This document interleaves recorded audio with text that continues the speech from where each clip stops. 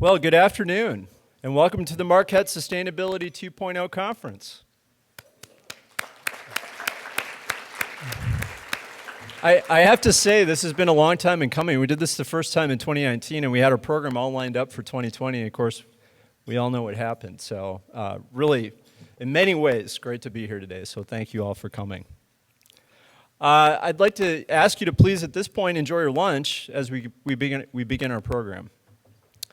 My name is Chris Merker, and I'm the Professor of Sustainable Finance here at Marquette. I'm also a practitioner and a director with private asset management at the investment firm Robert W. Baird & Company. It has been my honor to teach the longest-standing sustainable finance program since 2009. Marquette, in accordance with its Jesuit tradition, has been a leader in the field since 2005, a year after the UN unveiled the principles of responsible investing, and the term ESG was coined. Ranked among the top 25 undergraduate finance programs in the country, and the first CFA Institute program partner in the world, Marquette has produced multiple generations of leaders who hold important positions at many of the top firms across industry. Today's conference represents another significant milestone for the Marquette community. This is the second such conference we have held on the increasingly urgent topic of sustainability. A recent Pew Charitable Trust survey found that the vast majority of Americans, around 2/3, felt the federal government is doing too little to reduce the effects of climate change and protect air and water quality. In many respects, sustainability challenges have fallen to the private sector to address, while governments around the world continue to struggle to gain traction, even in the face of a growing consensus. This is not surprising, as markets have a way of adapting, even if over the long run. Nonetheless, it has taken a community of sustainability leaders, such as have come together today, to confront the challenges facing our world in this first half of the 21st century. You will find one of the main themes of today's conference, an important attribute of second-generation sustainability, is on the convergence of ESG standards, a movement that has been led by many such leading private sector organizations, including SASBY, the International Business Council, the World Economic Forum, and IFRS. And the transformation is happening. Last year, CO2 production from electricity generation in the US was about half what it was projected to be in 2005, according to a Department of Energy study out earlier this year. About half. And more companies every day are coming forward with net zero commitments. However, at the same time, weather events are becoming more extreme, accompanied by floods and droughts, as we see here in the US and abroad, adding further impetus to the climate response. Concerns remain as well regarding the rate of species loss, deforestation, pollution, and water security. As a father to 2 daughters, I am particularly mindful of the world that will be passed on to theirs and future generations. And of course, the topic of sustainability is not just about environmental concerns, but also our own self-government, the stability, growth, and future direction of our communities. There are so many people to thank for making today's event possible, I hardly know where to begin. I'll start by thanking our gold-level sponsor, Generac, for their incredible generosity and support for today's program. In addition, I'd like to thank Pickering Energy Partners, Sage Advisory, Quad, Clarios, Nuveen, and Deloitte, Baird Private Asset Management, CFA Society Milwaukee, Invesco, Mesro Financial, KPMG, Baylord, and Wisconsin Energy Corporation. And to our supporting sponsors, the Water Council, Seventh Generation for Responsible Investment, the Wisconsin Center for Manufacturing and Productivity, Dana Investment Partners, Federated Hermes, and Midwest Capital Partners. A moment of applause to our sponsors and partners.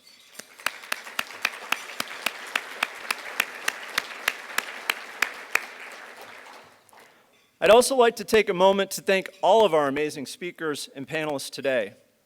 We are grateful to them for taking time out of their busy schedules to be with us to share some of their knowledge and experiences.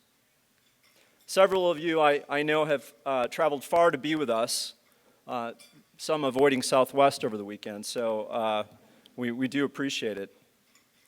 And a shout out to the team at Marquette and in the College of Business for all the work and effort it took to pull off today's event.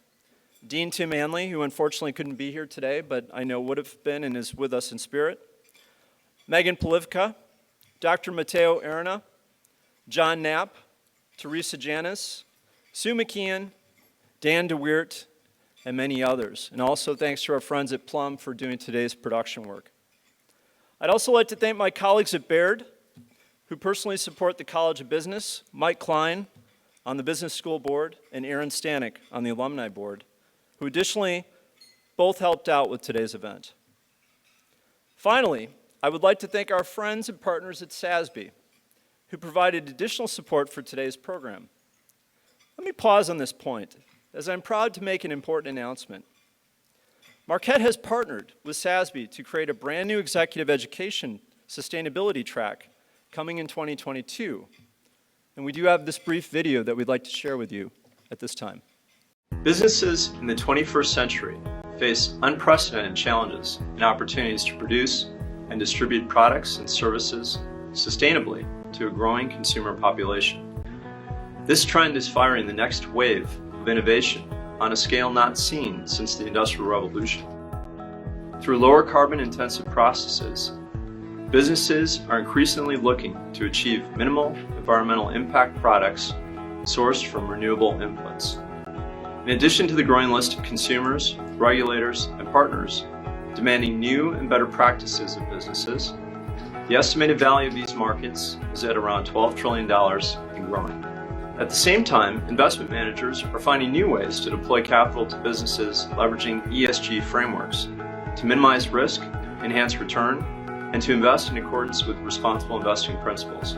These developments demand a generation of leaders prepared to work within the language of sustainability metrics and reporting, who can foster improved, more efficient, and more sustainable business processes, driving greater corporate profitability and success for shareholders, stakeholders, and the planet. Marquette University is a pioneer in this area, offering the first sustainable finance course in 2005 and expanding course offerings every year since. We are thrilled the Sustainability Accounting Standards Board, or SASB, has partnered with Marquette to offer a comprehensive four-course executive education track. In less than 12 months, students can emerge with the skills required to fill positions in sustainability management, product development, sustainable accounting, or ESG investing. Students will be certified in the fundamentals of sustainability accounting. The four-course program follows the following track you see here, described in greater detail on our website. For further information and to pre-register for this executive education program, please visit our website at marquette.edu/business. And now, without further ado, please allow me to introduce Phil Gachter from Nuveen, who will introduce our first speaker and keynote address, Dr. Jeffrey Hales, the chairman of the Sustainability Accounting Standards Board. And before I hand it over to you, I just want to make a note that there will be a general reception at 4 p.m. just outside this room. We're going to have a breakout session in the other room at 3:15. So we encourage you to stick around immediately following the program, enjoy some libations and some networking. So thanks for being here today.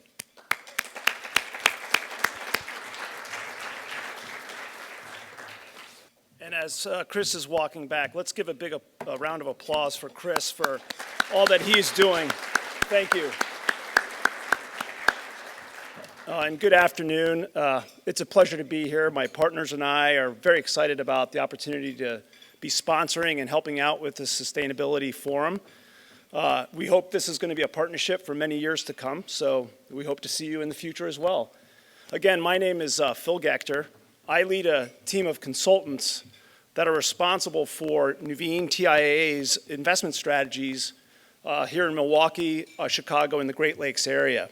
We're very happy to be sponsoring this group. It is something that is near and dear to our heart as a firm. For 50 years, Nuveen TIAA has been factoring in and utilizing, whether it's ESG, sustainable, or impact frameworks for most of our dedicated portfolios that are looking at this area of investment.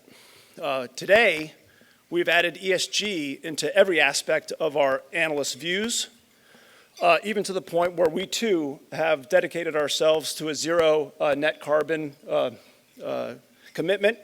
I know it's out for 20 years, but at least we're making progress in that direction. So we're again very happy to be here. I have the privilege this afternoon of introducing Dr. Jeffrey Hales, and hopefully he'll be up on the screen here soon. He is not in person, but he actually is where I was told where he's supposed to be, teaching down at the University of Texas. So if I might, let me go in through some of his history, and we'll get the topic over to Dr. Hales so he can lead us into what we should expect for sustainable investing in ESG going forward into the future.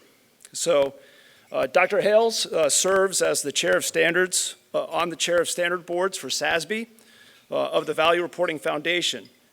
In his role, he oversees the agenda setting and due process associated with SASBY standards development and maintenance. Before serving as on the standards board, he chaired the Standards Council for SASBY. He currently is teaching at the University of Texas. He teaches accounting, where he's also the Charles T. Sladovich Centennial Professor for Accounting. He's a graduate of Brigham Young, and he did some postdoctoral work and PhD work at Cornell University. Go Big Red. His research interests center on accounting standards and regulation, individual decision-making, and behavioral finance, using techniques from applied game theory, experimental economics, as well as psychology. His research appears in many, many periodicals.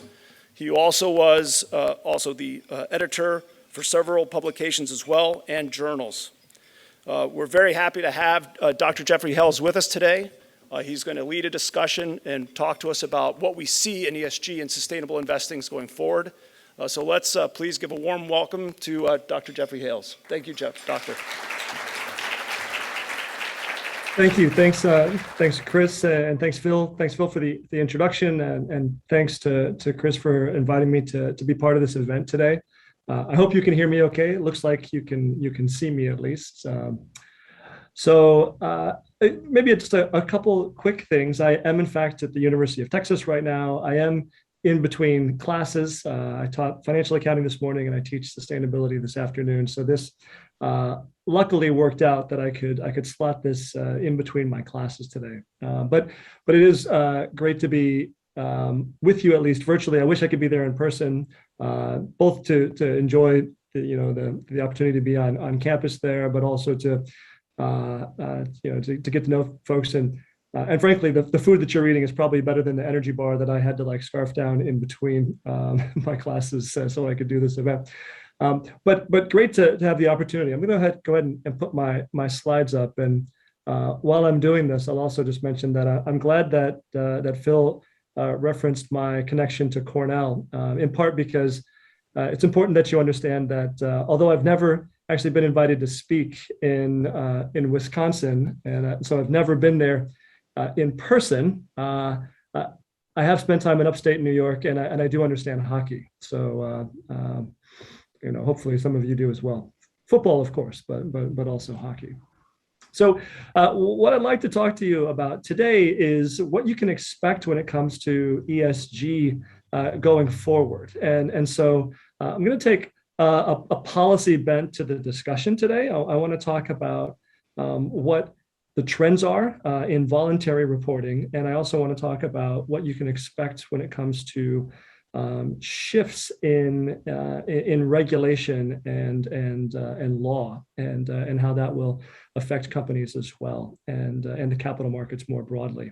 But before I dive into what's changing, I think it's helpful to kind of level set and talk about what we do at the Value Reporting Foundation and how that relates to the things that are changing. So You heard reference that I'm the chair of the SASBY Standards Board, and some of you may know that the SASB merged with the International Integrated Reporting Council, and that was completed earlier this summer. And so we formed the Voluntary Reporting Foundation, where we now help companies to think about and report on the capitals that they rely on in an integrated fashion. And so that's a high-level framework from the IR perspective, as well as the SASB standards. And so I'll be mostly talking today about SASB standards in the first part of my talk. And then I'd like to, after giving an intro on the SASB standards, then talk about what we see changing and how it all kind of fits together, because it can be a little confusing for sure. So let me start off by just talking a little bit about what we do at SASB.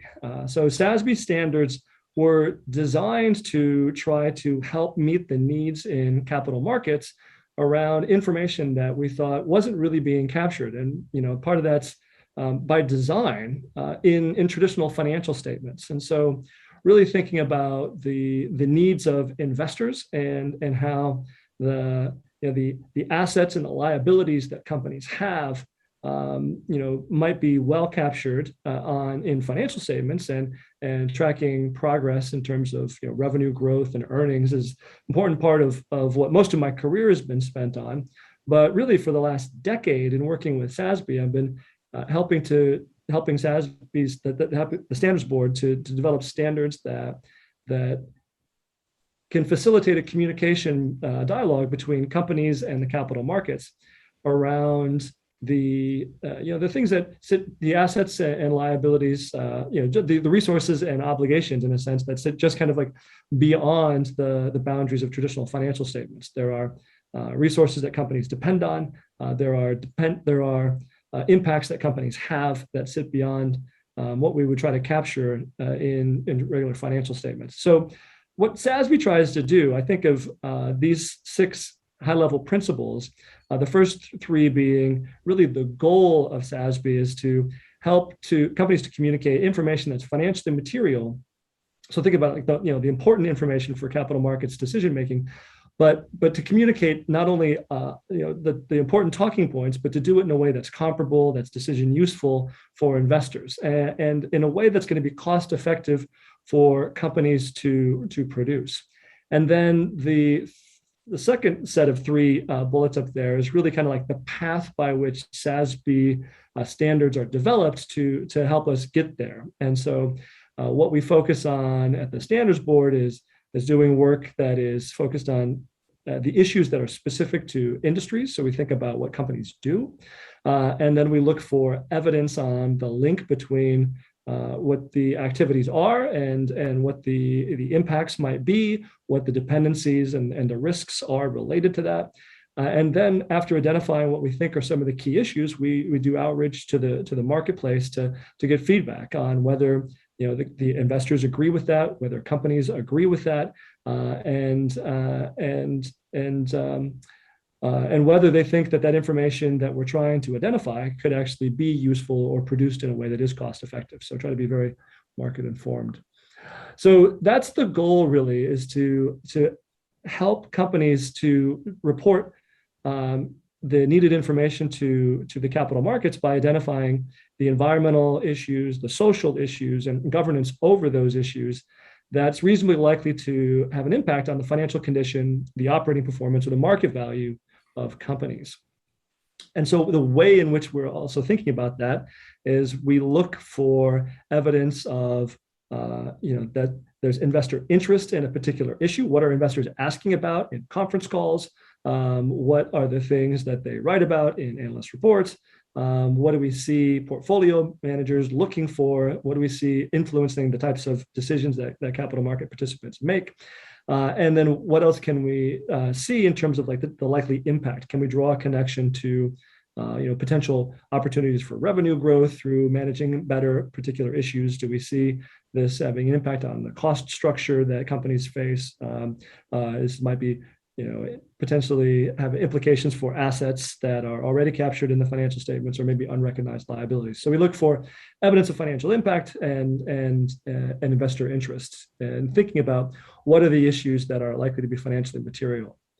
And so it's important to recognize that SASB's approach, the SASB Standards Board, is thinking broadly about ESG issues. We're not an organization that is focused just on, say, climate or only on human capital. So the approach that we take is to carve the ESG world up broadly into 5 buckets, but you can think of that as largely like the ESG types of issues, and then the ways in which they manifest in supply chains or through leadership governance activities.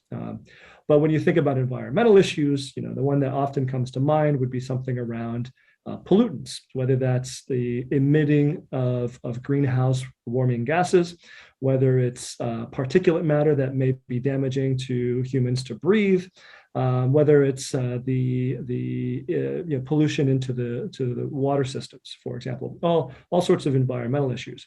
On the people side, the approach that we have is to take 2 perspectives, really. One is more of the outward-looking impacts that companies' activities can have. So that's what we think of as like the social capital.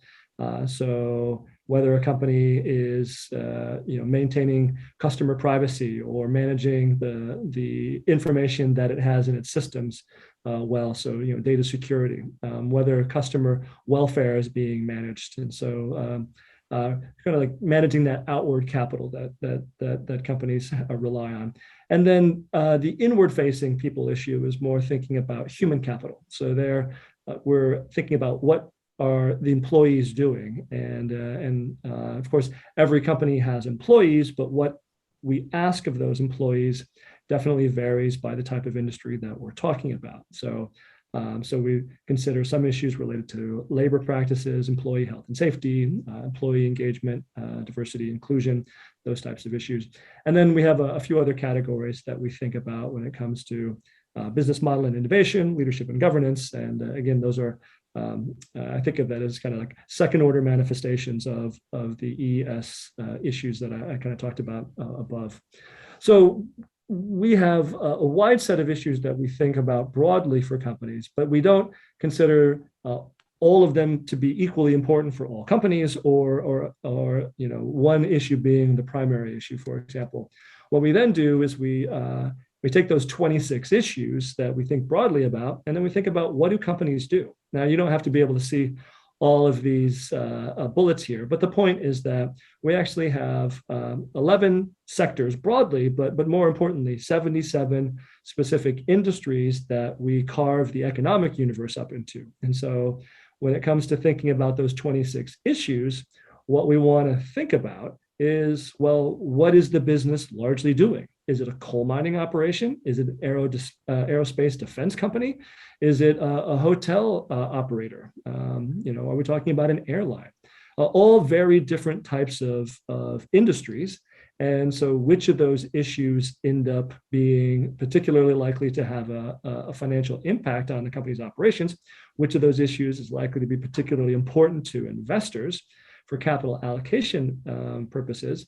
Is going to depend on what type of company we're talking about. And so what we've developed is, you can see it in thinking about our materiality map, but you can take the 77 industries and cross it with the 26 issues, and that creates a 2002 cell matrix. Now, that sounds very complicated, but what I would say is that, like, the work that we do at the SASBY Standards Board is to try to do the complicated work so that the information that investors get is the important information in a decision useful way, and that's cost effective for companies to produce, so that we essentially aren't asking every company to go out and figure out on its own just what is going to be particularly useful for its investors to hear about. Because while many companies could do a great job with that, even if all companies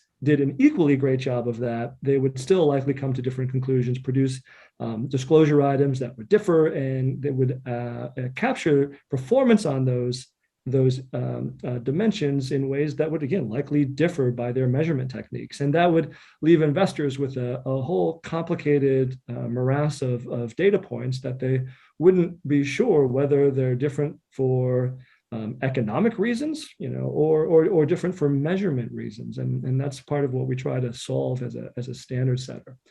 So what you can see in this matrix, and again, this materiality map, and it's not important that you see all of it, but the red section is one particular sector, the extractive sector, blown out into its component industries.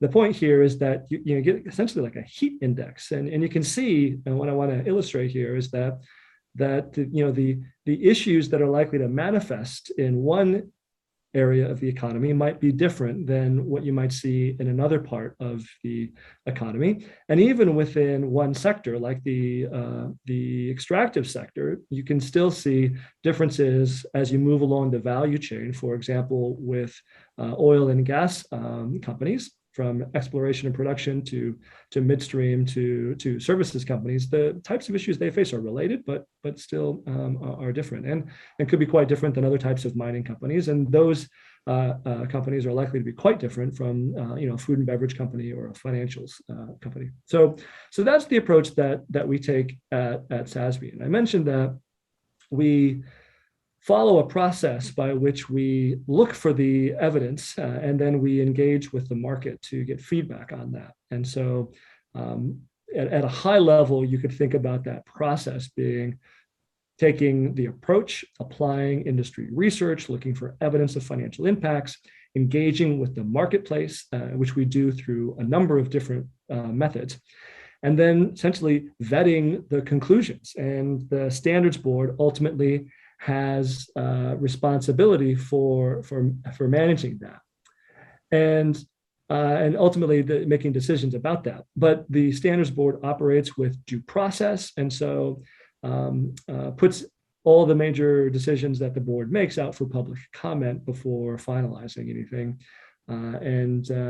And what we've ended up with as a result is that the SASBY standards typically identify, I would say, like 5 to 7 topics per industry, and we usually see kind of like 10, 11, sometimes up to 15, maybe more in some industries, but performance metrics that would support performance reporting along those on those issues.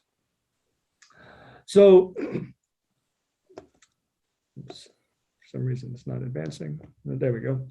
So the process that we've been engaged in at the Standards Board started way back in 2012, and we went through a period where we engaged in provisional standards development. That was kind of phase 1 of our work, and even back then in the early stages, we did a lot of outreach and engagement, followed as best we could, good due process at that time. Developed the provisional standards over about a 4-year window, doing it one sector at a time. And then in the second stage, we formed the standards board as it is today, and went through a process of then revising the provisional standards that we had developed, which had been out there for the public to see and respond to, companies and investors to respond to for a couple of years, and put together an agenda to try to improve on the initial provisional work that we had done before we released the standards from that kind of provisional status. And so that was a process to identify a technical agenda to make improvements, and then propose some changes based on that agenda, and put it out for public comments. And we got the public comments back. We responded to those, and so made some adaptations to what we were proposing, and then launched the standards in November of 2018. And so at that point, we put out the 77 industry standards. And from there, we've kind of moved into what I consider to be phase 3, which is steady state, where we are increasingly seeing use of the standards by companies, which I'll talk about in a bit. But there's really no replacement for the type of feedback you get when companies actually put a line in the sand, put a flag down, and say, like, okay, let's actually try to apply this standard.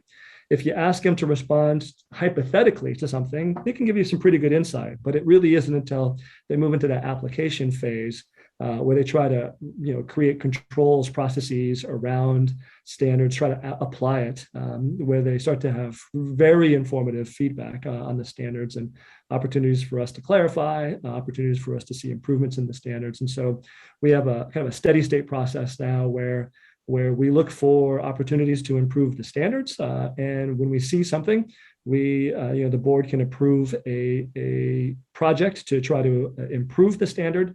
And that would involve doing outreach to get feedback on what the opportunities might be, put together some proposals. The board makes some decisions. We go out for public comment, typically for 90 days, and then we redeliberate as necessary, and then we'll eventually make an update to the standards.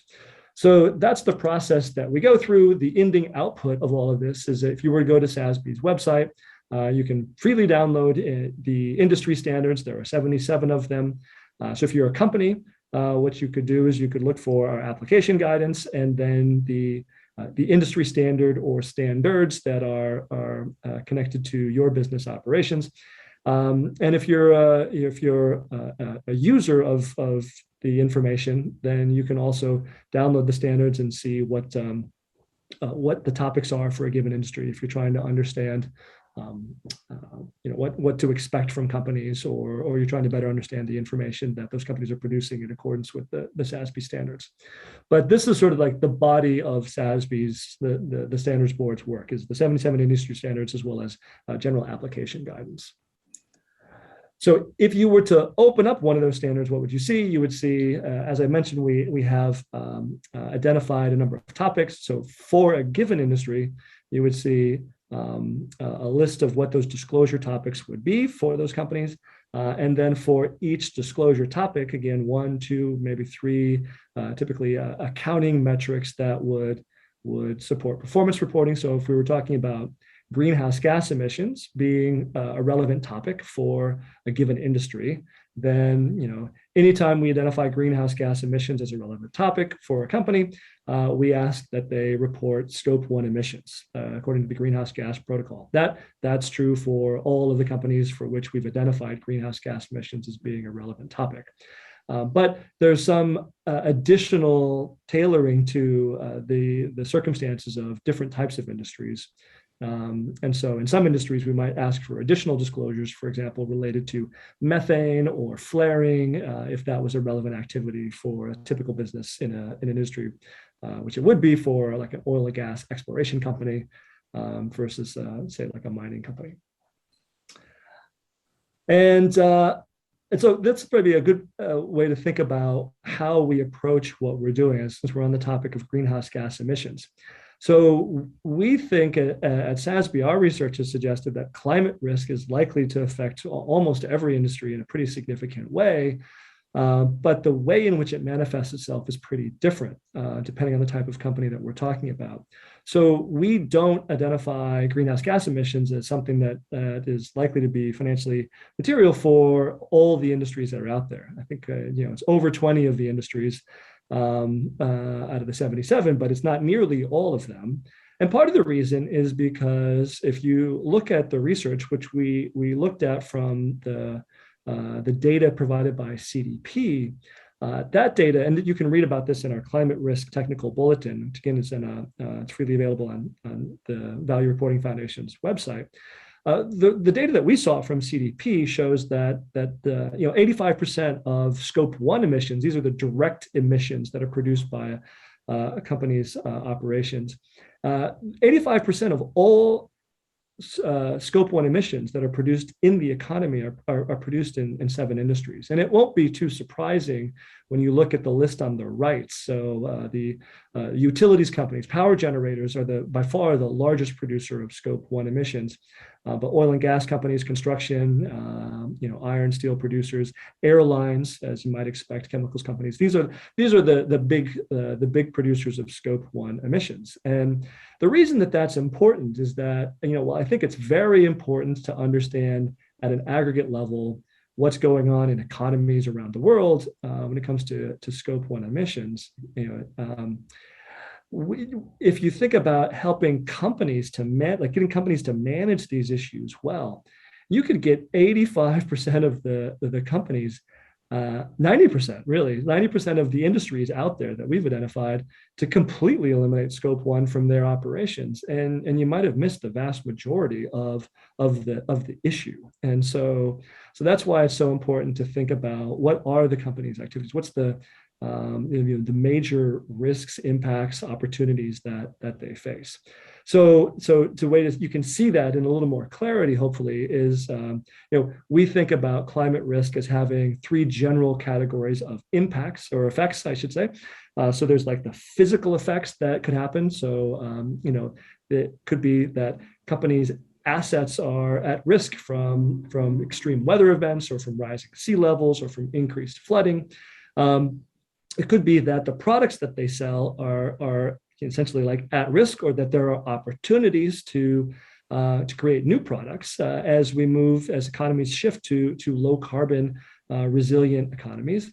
And then there's, of course, regulatory risk, which wouldn't be driven by customer preferences so much as that you are allowed to actually do or sell, or how you can engage in business in a given area. And so we think about those possibilities, think about the channels to financial impact. And so take an automobiles company. If you make automobiles, you produce greenhouse gases, scope 1, as part of your operations.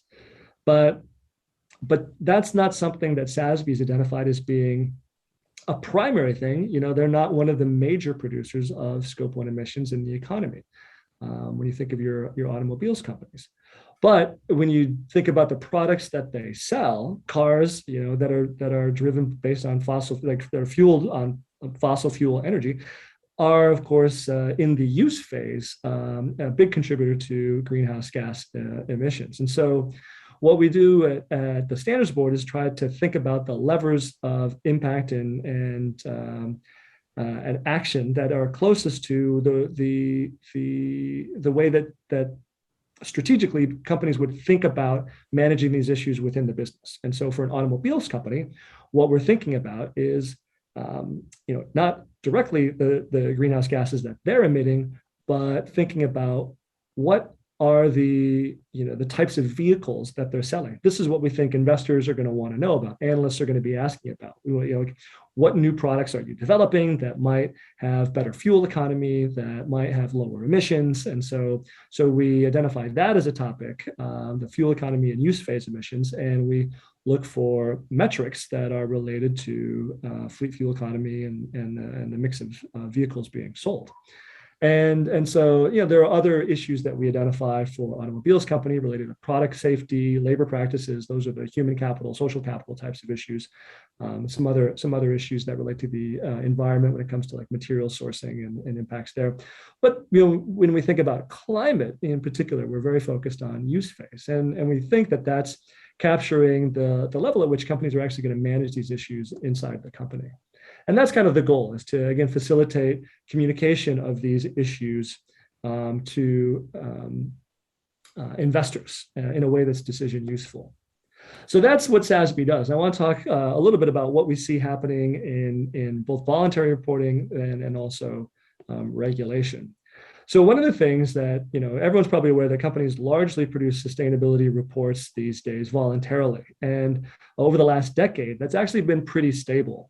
These are two lines. You've got essentially like the largest 250 companies in the world. That's the top line. And then you've got the largest 100 companies in 40 or 50 countries around the world. So still quite large companies. But if you're a large company these days, you voluntarily produce probably a sustainability report. Most companies do. And that's been true for almost 10 years now. There was a big growth in that in the early 2000s, but that's been pretty steady state. So what I wanted to point out, though, is that, and this I pulled from The Economist, an issue earlier this year, where they looked at the S&P 500 and what standards companies were referring to when producing one of these reports that most companies now produce. And you can see that the Global Reporting Initiative, GRI, CDP, are commonly being referenced as something that companies refer to when producing a sustainability report. And that hasn't really changed that much. I think that's continuing to happen, if anything, that maybe a slight increase there. But the really big thing that has been shifting in the last few years is that companies in producing these sustainability reports are increasingly referencing the Task Force on Climate-Related Financial Disclosures, which is an effort out of England, that is from the Financial Stability Board there. and also SASBY standards as well. And both of those are very investor-oriented frameworks. The TCFD is a framework. SASBY standards produce the specific disclosure requirements.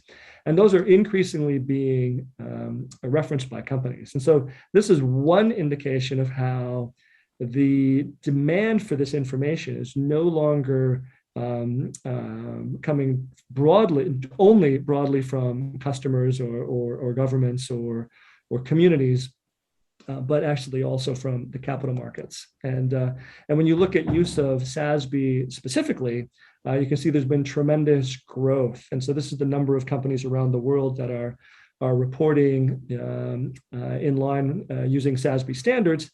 And what we've seen is that significant growth. So just this year, we hit a milestone where more than half of the S&P Global 1200 is using the SASB standards in some fashion. And so also about half the companies or so, just over half the companies that are using SASB standards are actually now international companies outside of the US. The vast majority also still sit inside the US.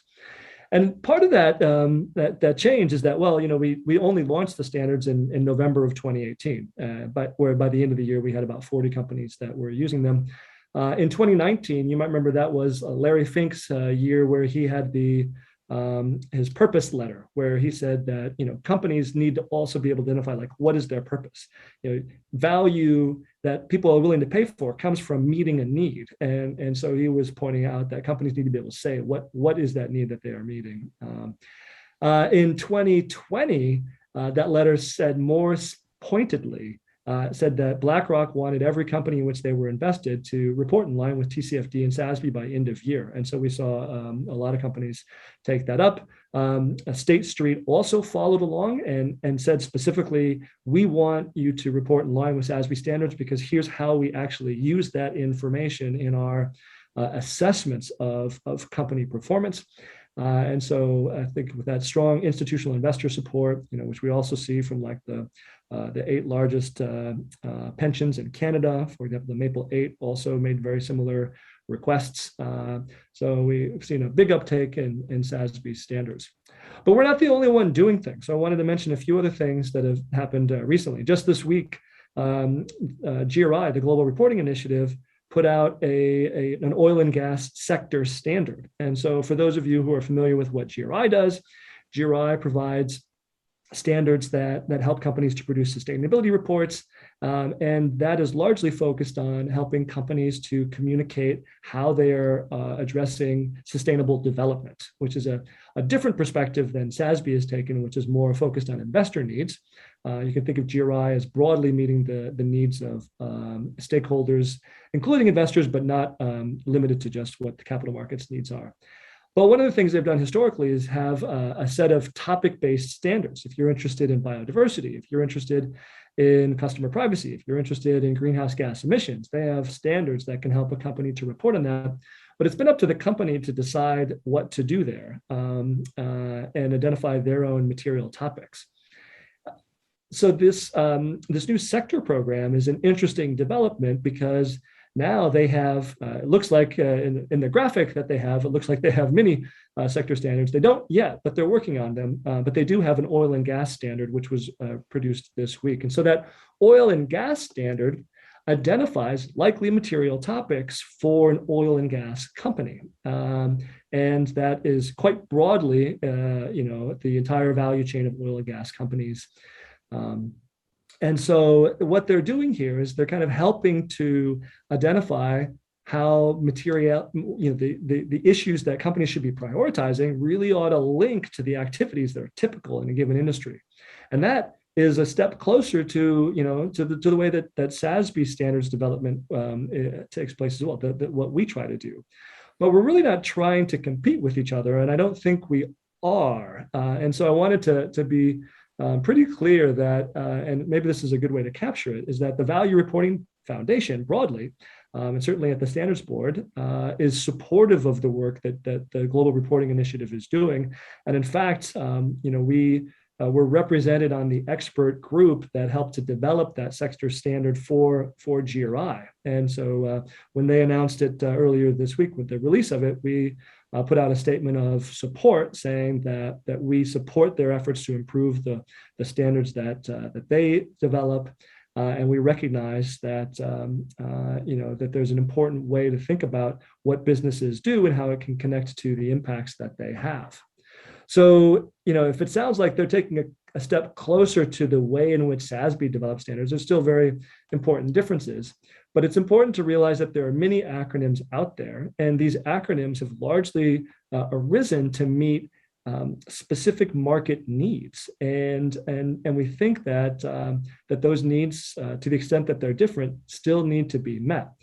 So, in trying to help people understand the alphabet soup that's out there, we put out a paper with, so this was SASB at the time and IRC separately at the time, because we merged only this last summer, but last fall, a year ago, SASB, IRC, GRI, and then the CDP, as well as another organization, the Climate Disclosure Standards Board, all got together, and we worked on a statement to say, look, we're trying to all help improve the reporting that's being done, the quality of information that's out there, but recognizing that there are different ways in which we're trying to do it, and we're trying to meet, in some ways, different purposes, different needs. And so what we think is that there needs to be a comprehensive global corporate reporting system, and that the work that we're all doing can be seen as complementary and compatible, and to the extent that we can improve interoperability, we should.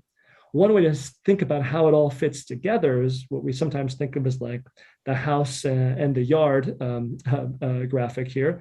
But if you think of the FASB and the ISB, they provide guidance on how companies can take their activities and map that into financial statements. And then SASB and the CDSB are trying to move, extend beyond that and say, like, well, what are the impacts you're having? What are the risks that you're facing that investors would want to know about that aren't yet captured in financial statements, but eventually are going to make their way in there? So that's sort of the other half of the house, but still focused very much on investor needs. And then a roof over that house would be integrated reporting, where you try to take all of that information and put it together for companies to communicate together all the information at the time that investors are trying to use it in a way that is decision useful. So you could think of like an annual integrated report, including financial statements as well as sustainability disclosures that are related to investor decision making. But that's not all the information that's not all of the issues that companies need to manage. They actually need to manage issues more broadly than that. So companies have important stakeholders.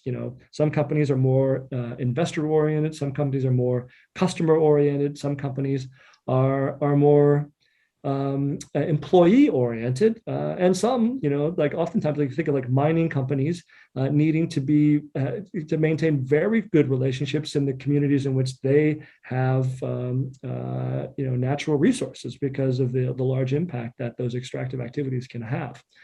So, companies have different stakeholder relationships, and they probably need to manage all of them, and they invest in that. And they manage those relationships in part by communicating to those stakeholders. So I think investors often, want companies to manage all of those relationships well. GRI can help companies to manage those relationships, to communicate to those different stakeholders. But not all of those communications are going to bubble up to the level of, what an investor is going to want to ask about. So they're going to be more focused on the issues that are most likely to be financially material. And so for that, we have SASB standards as well as financial reporting standards as well. So this has been largely a voluntary landscape for a long time. But increasingly, we're seeing regulation. And so just to kind of quickly point out a few things, the IFRS Foundation, which oversees the International Accounting Standards Board, has been doing a lot recently when it comes to thinking about sustainability reporting and being involved with that. So this is just a couple points to show that in the last year or two, they've been active in the sustainability reporting landscape. I'll talk about this in just a sec. The US SEC has also been doing a lot as well. So you can just a bunch of markers there in the green to show that the SEC is continuing to make announcements related to ESG issues. And I'll talk about some of those significant ones in just a second. And then the European Union is doing some things as well. So, this looks like a lot to take in, but let me hit just a couple key high points. So the IFRS Foundation has, a part of their regular strategic review in overseeing the International Accounting Standards Board, they have put out in 2020 a consultation to ask whether there was a need for global sustainability standards, whether the IFRS Foundation should be involved with that, and if so, what the scope of that role should be. They heard back at the end of 2020, they had received 577 comment letters, and those comment letters, by and large, said there is a need, the IFRS Foundation should be involved, and that they should stick to their primary focus, which is meeting the needs of capital markets participants, so investors and creditors making decisions based on assessments of enterprise value. So they also said that they asked a question of like, well, should the IFRS Foundation, if they were to get involved with this, should they focus on climate? Should they focus on broad ESG issues? And what they heard back was, it's got to be, you got to cover the whole gamut. You can't just focus on E or S or some subpart. You need to do everything, but climate is by far the most pressing issue that the world faces.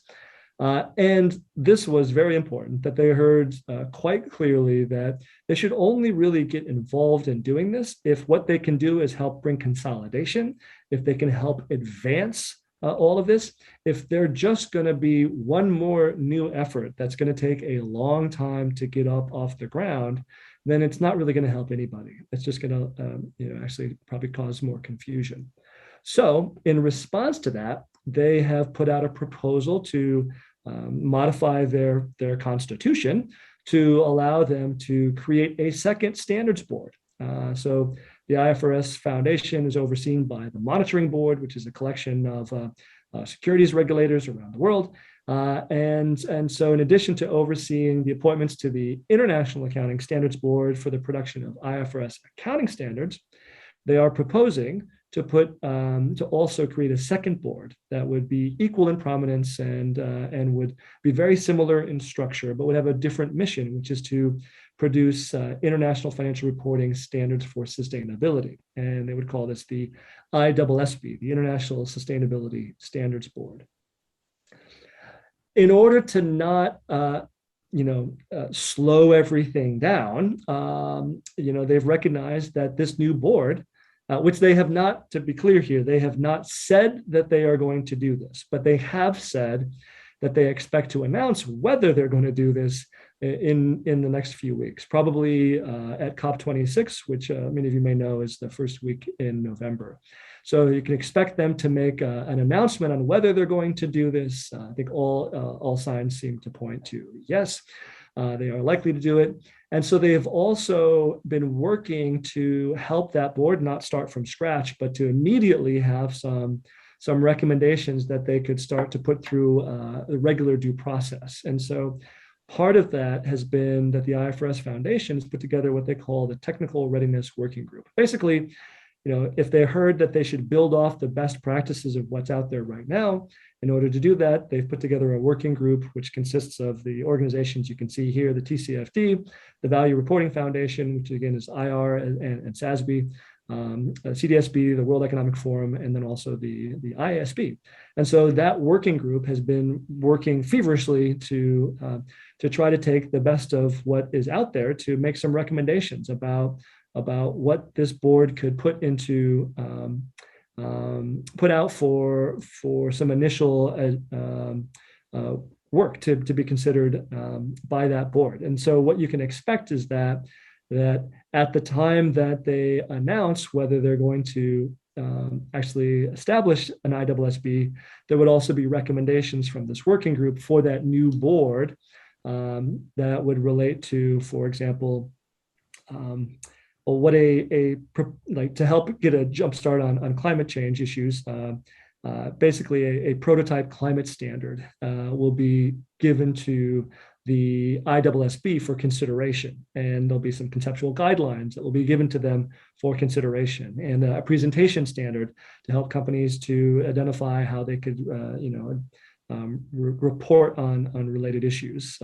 Again, for the ISSB's consideration, and it'll all have to go through that board when it's established with their due process. So nothing official, but trying to help that board, if they're going to start as quickly as possible using the best of what's already out there. In terms of now, that's still going to be something that isn't going to be a regulation. The IFRS Foundation is a private entity that is used. The IFRS standards for accounting are used in over 140 jurisdictions around the world, but that is up for the jurisdictions to decide. The European Union is moving quickly to update their existing guidance. They have some existing guidance that says companies need to produce a sustainability report, but they can really use their own standards. They can use national standards. They can use SASBY standards. They could use GRI, or they can use something else. So there's been a lot of discretion in the existing rule, but the EU has passed a corporate sustainability reporting directive, which would replace their previous non-financial reporting directive. And this is going to be, you can think of this as being just much more specific. They're creating essentially a new board, and that new board will issue standards saying what companies that have significant operations in the EU need to report. And that will be some very broad issues that are focused on broad stakeholder needs. Some of them will be sector-specific types of issues. And a lot more companies are going to be included in this, whereas there were around 10,000 companies that were subject to the existing regulation. It's expected that this will be now about 50,000 companies. And I would expect this to also then have implications for non-EU companies that happen to have significant operations employees that work in the EU. So a lot going on there. And so as a result, you can see that the EU is doing things. The IFRS Foundation is trying to have a global impact in what they're going to do. And then the big question is like, well, what's happening here in the US? So the SEC is definitely picking up pace in ESG activities. So these are snippets that I pulled from the SEC's website. They have a webpage. You can just, if you Google SEC ESG, you're probably going to land up right here. And so just quickly, a few things that the SEC is doing. One of the first things they did is they said, we put out some principles-based guidance in 2010 saying, should companies report on climate issues? Yes, if they're material to the company's operations and it's reasonably likely to have a financial impact, that's something that management knows about, then yeah, that's consistent with the existing principles-based framework that the SEC uses right now that in applying materiality rules. So that doesn't, climate change is in no way precluded from that, but they also didn't say this is what you specifically should be reporting or that all companies necessarily needed to do that. So that was their 2010 guidance. They have put out a request for comments to say, how up to task is that guidance? Do we need to update it? So that's one thing that they have been doing, looking at. The Division of Examinations has been considering the activities of brokers and dealers and advisors and looking for conflicts of interest around ESG, selling of ESG products. They've been looking at the types of products that are being sold and whether or not they're actually meeting the claims that are being made by the those brokers and advisors that are producing those products. The Division of Corporate Finance is looking at the disclosures that issuers are making and broadly, not just in their regulatory filings, but broadly, and thinking about whether or not the existing rules that were made in 2020 are being complied with. So the SEC is considering whether those rules are sufficient, that guidance is sufficient, but also looking at whether companies are actually complying with the existing rules. the Division of Enforcement has announced that they are focused on climate and ESG issues. So essentially looking at what they're hearing back from the Division of Examinations, looking at what they're hearing back from the Division of Corporate Finance, and like that, so whether or not to take enforcement actions against companies or advisors, brokers, dealers, et cetera. And then the last two items here relate to really educational efforts that the SEC is engaged in. So where does this leave us all? One, I think there are a lot of opportunities for alignment and coherence. That also means that where there are opportunities, there are risks. So you've got two new standard setters being developed, and they are going to be significant. FRAG is essentially going to be creating standards for the EU. The IFRS Foundation is likely to establish a new standard setter. They will be doing similar things, but also different. And to the extent that what they do is not compatible, then that creates challenges for the capital markets, that creates challenges for companies. There are opportunities for a building blocks approach. I can say, having talked to members of both sides, that there's a lot of interest in making this workable for companies, but that there's a lot of desire to do that, but at the end of the day, it's actually challenging to align and to work well together. And so I think that's going to take time and effort in order to be able to do that. And then the big if factor is, and what's the SEC going to do as well? The SEC, as the U.S. does, is likely to kind of go its own way and not necessarily follow. They could. For example, point to the IFRS Foundation's efforts and say, we think companies in the U.S. should use the new ISSB standards. Unlikely that they would simply point to FRAG and the EU, but they could do any of those things. And it's hard to say what the SEC is going to do, but they have said that they're going to make several announcements, I think, before end of year. So I know that's been a lot, and I may have used up all my time. I'm not sure, but if I haven't, I'm certainly happy to take any questions. I hope that's been informative anyway.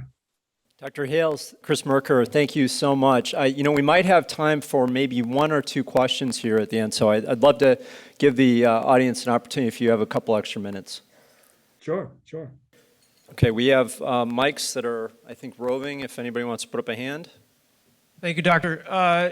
One of the big issues today seems to be that there are so many other for-profit rating agencies like Sustainalytics, Robeco, Dow Jones, and that you get a totally different rating for the same company, and I believe the correlation might even be below 40%. So how do you see the industry moving forward so that there isn't this type of confusion?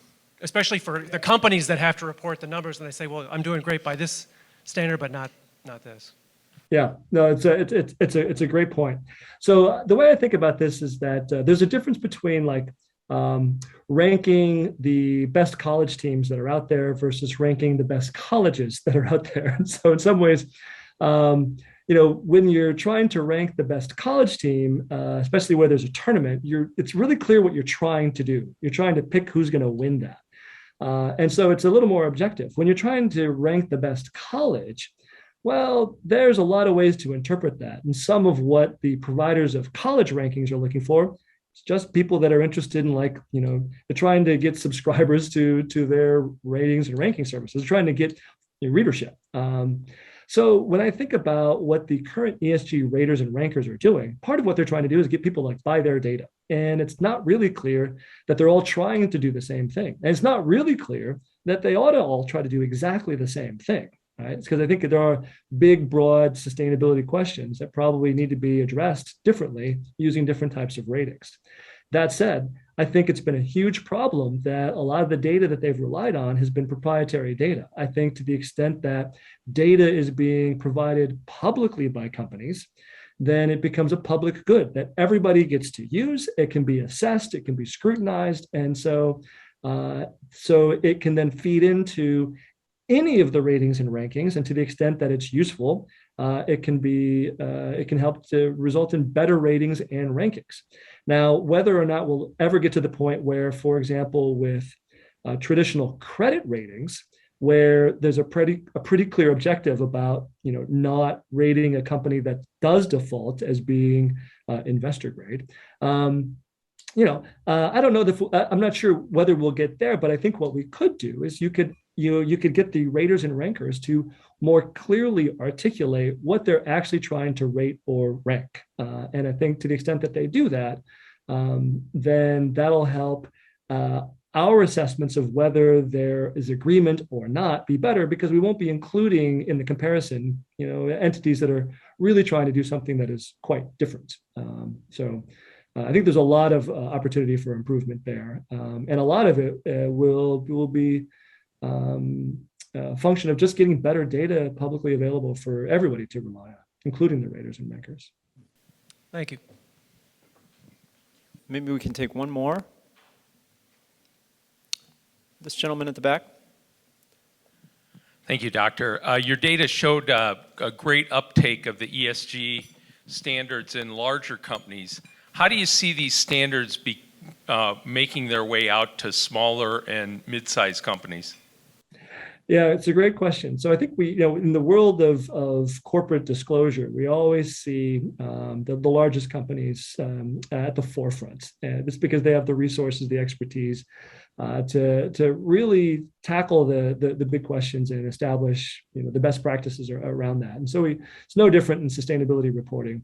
But we are increasingly seeing a lot of interest from mid-cap companies, from smaller companies. I actually recently had a conversation with a small cap pharmaceutical company that's losing money right now, most years, but their investors were really excited to see that they've been producing a SASBY report. And one of the nice things about SASBY standards is that you don't have to do the work to figure out what the issues are. It's you can pull it off the shelf in a sense and say, this is the type of company we are.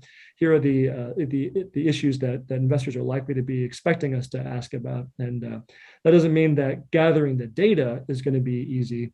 But I do think that as we get more coalescing around standards and frameworks, and as there's increasing uptake by it, the whole system improves. So we're seeing that SASB through collaboration with PwC put out a taxonomy for XBRL related to sustainability reporting. There are software companies out there developing tools to gather data, and there's consulting firms that are developing products and packages and expertise to help companies to solve these problems. So basically, the system is getting better at making it easier to do good reporting, and that makes a lot of difference at the end of the day for companies. Makes it more accessible for small and mid-cap companies to actually comply with these standards as essentially as the tools that they can use actually become readily available. Well, unfortunately, I think we're out of time, Dr. Hales. I think we could probably go for quite a bit longer. So thank you so much for your time, and a round of applause for Dr. Hales from SASB. Thank you. It's my pleasure to be here. Take care. Thank you.